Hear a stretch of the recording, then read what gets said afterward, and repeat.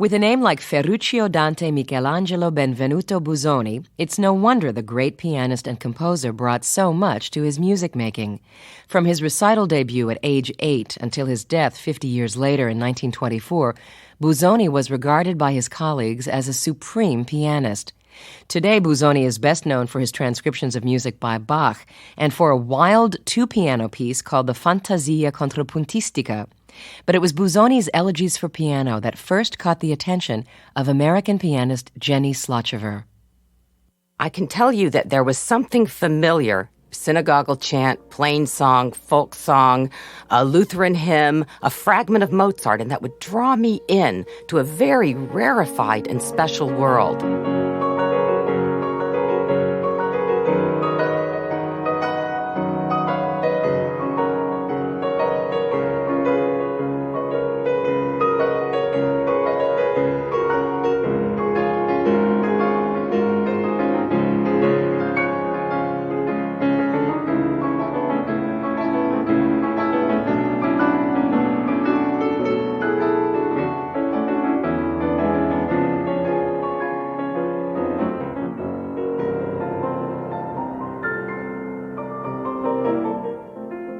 He was a pretty amazing human being. I mean, quite the Renaissance man, had these wide-ranging interests. Apparently, he affected a lot of musicians and music critics very deeply when they heard him play. People like Virgil Thomson and Edward Hanslick said they'd never forget it, the experience of hearing him play.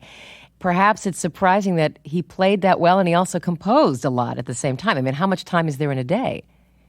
Well, George Bernard Shaw has a famous quote that he wrote to Busoni saying, "This is impossible. You cannot possibly compose.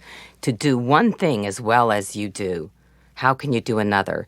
And I think Kurt Weill said it best of all. A year after Busoni's death, he eulogized Busoni, and he spoke about how strange it was that such a phenomenon appeared in our time. Why is his music not more well-known by concert-going people today?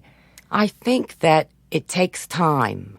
I think we have yet to discover him. Certainly, Busoni had this reputation of being enigmatic, hard to classify. He was certainly overshadowed by Mahler and even the composers he taught, like Varese, who were highly innovative. Busoni was not radical. He had no revolution. He believed in a systematic progress of work. In other words, as Schoenberg said, there's still a lot to say in C major. And it took people some time to understand the magical quality because there is that phosphorescent glow to much of what he does.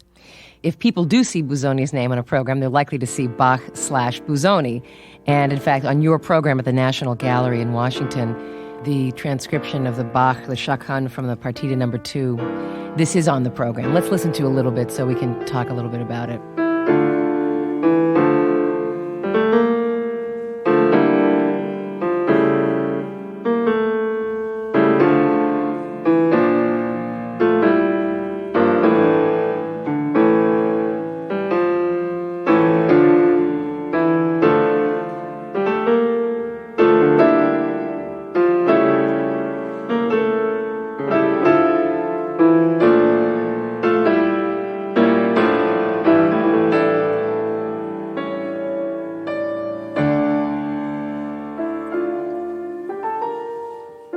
Does the magic come through in that transcription, or the historian, or both? I think both, and I think also Brahms. Brahms was very important for him. And you know, Brahms said, when he heard Busoni, "I am going to do for this boy what Schumann did for me." And so within the Chaconne, we also hear that massive spacing of the chords, and this was a debt to Brahms. And beyond that, we hear an architect, which I think is wonderful for people to know.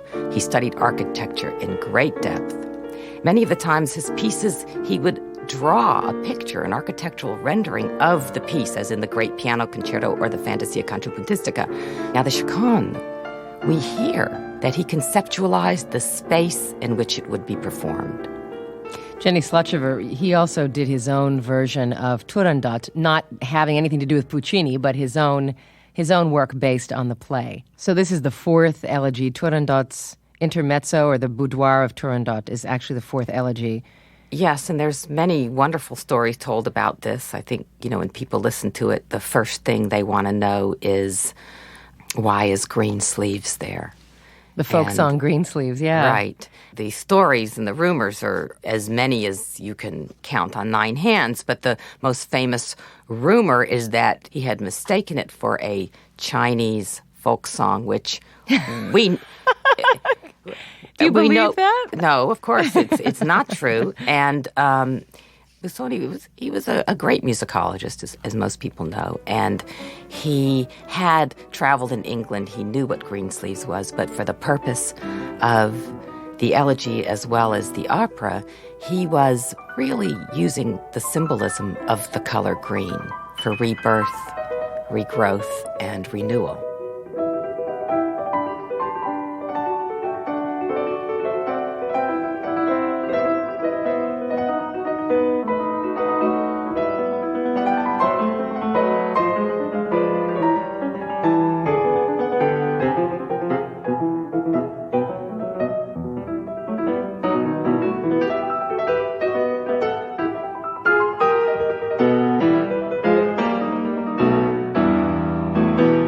Does Busoni do this anywhere else in his music, use color in some kind of creative way? Yes, very much so. If we listen to the second elegy, All'Italia in Modo Napolitano, it speaks so much of color. If the musician, for instance, if we're looking at the page, every 2 lines is a sweep of a different color, a different combination of keys, major, minor tonality that's shimmering, and bells. Bells are in all of his music. He was fascinated with bells. He designed bells. He was constantly harassing foundries to build a better bell, to make a gong, to do this, to do that. He loved bells because they contained to him the voices of the universe and many keys and instruments sounding at once. So in All'Italia, we hear bells, we hear folk songs woven in, and the color is constantly changing. You feel an almost physical release, relief, and tension with each sweep of the passage of color.